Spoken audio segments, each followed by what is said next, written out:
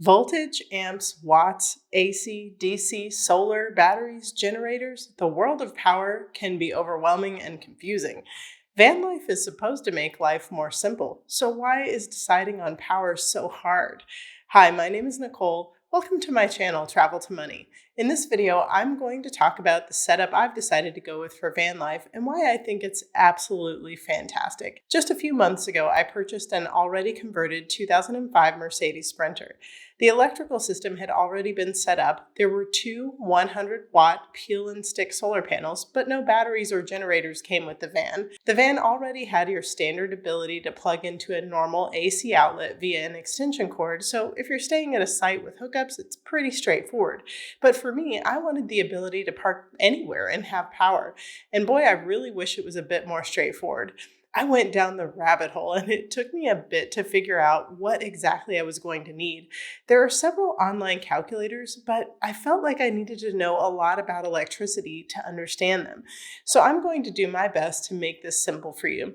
One of the things to understand about my thought process is that even though I am a thrifty person who is always trying to look for items on a budget, I also really value convenience and quality. I will pay more to have something that is high quality, will do the job better than others, and will last me a long time, rather than just buying the least expensive thing. This approach often ends up saving me money in the long run. Today, I'll end up showing you the products I have purchased for powering my van, and I'll leave links to them in the description. I want to ask that if you go to look at the items, please use the links I provide. This gives me a small commission if you end up buying those items or any other products on Amazon. And, well, I make almost nothing on YouTube for making these videos, so it really makes a difference for me if you use those links. And if you end up buying them later, I've got a really big hug for you if you'll save my link to make your purchase. It doesn't change your price at all, so a big thanks from me in advance. Okay, let's talk about power needs. I don't know about you, but although I want to experience the simple life, I still want some things to actually be simple, like drying my hair, using a microwave or an air fryer. And van life can make that difficult because a lot of off-grid power supplies aren't made to handle that kind of power load. Even in your home, if you run a microwave and a hairdryer at the same time on the same breaker, you're likely to trip the breaker because it can't handle the power load required for these kind of devices. So what was I going to do in my van? The van came with a microwave, but how was I going to run it on days that I wanted to be off-grid? If you've explored the battery world for camper vans, you've probably heard the name Jackery. Now, I do have a Jackery as one of my smaller power devices, but the conclusion that I came to about Jackery is that they are a lot like Apple products. Great marketing, great packaging, great quality, but you'll probably spend way more money for the same amount of power you could get from other brands. But because they're so good at marketing, you might think they are your best and only option. I noticed the same thing about Goal Zero Yeti.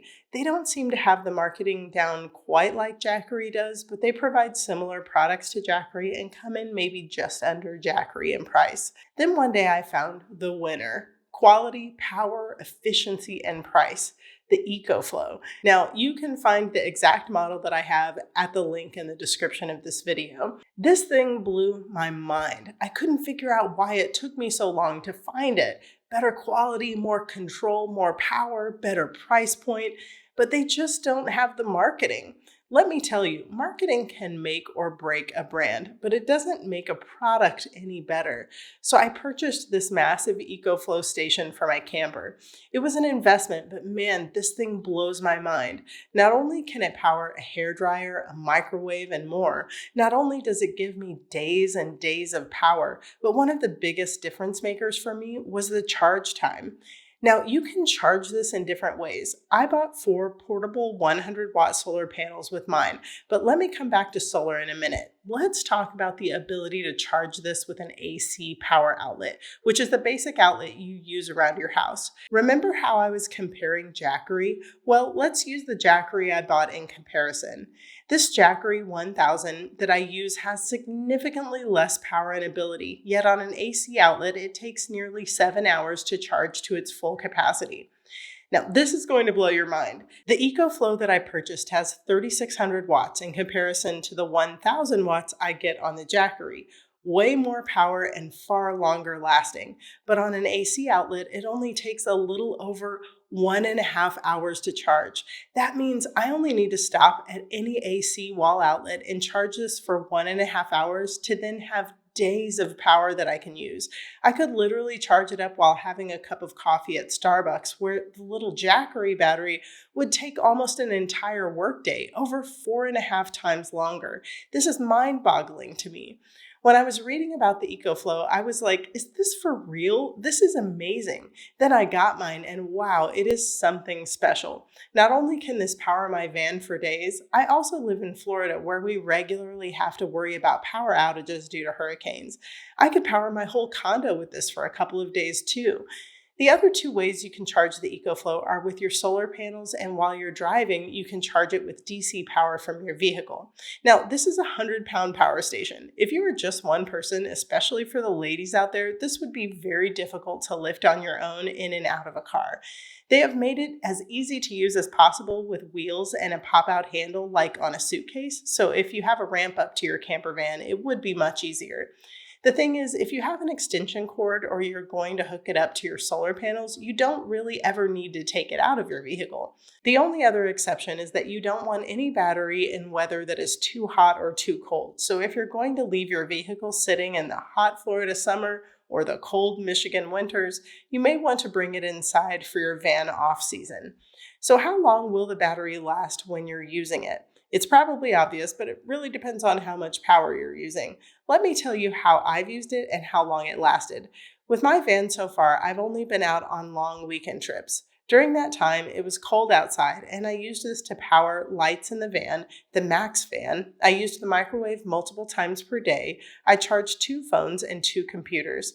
After a 2-day, 2-night trip, I had not even used half of the battery, so this means I could easily go off-grid for about 4 days without any issues, and that is without being careful about my power. If you want to conserve more and not use items like a microwave, the power will go even further.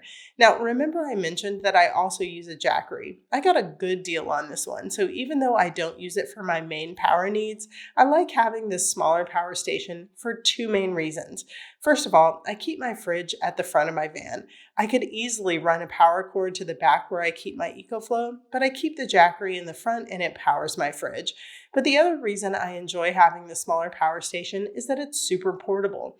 For example, I do all of my work online on my laptop. If I wanted to go sit at a picnic table and work all day, I can simply carry the Jackery with me. Now, this is still hefty at 22 pounds, so it's not like I'm going to take it on a hike with me. But like I said, it's still easy to move around. If I were to do it again, I'd probably buy something even smaller than this for portability. I don't really need it much for the van, so something easier to move around with my devices would be even better. Not to mention, in a van, space is so important, so I wouldn't mind something a bit smaller. Now, if you feel overwhelmed by determining your power needs and you just want the best, I would definitely say to check out the Ecoflow that I use. It's hard to beat, but you can spend some time calculating your power needs and see if you can get away with something smaller. If you want me to make a video about calculating power and understanding the difference between AC and DC power, let me know in the comments. Do me a big favor, like this video, don't forget to check out the product links in the video description, and subscribe to join me every day, where travel and adventure build financial freedom. I can't wait to see where your dreams will take you.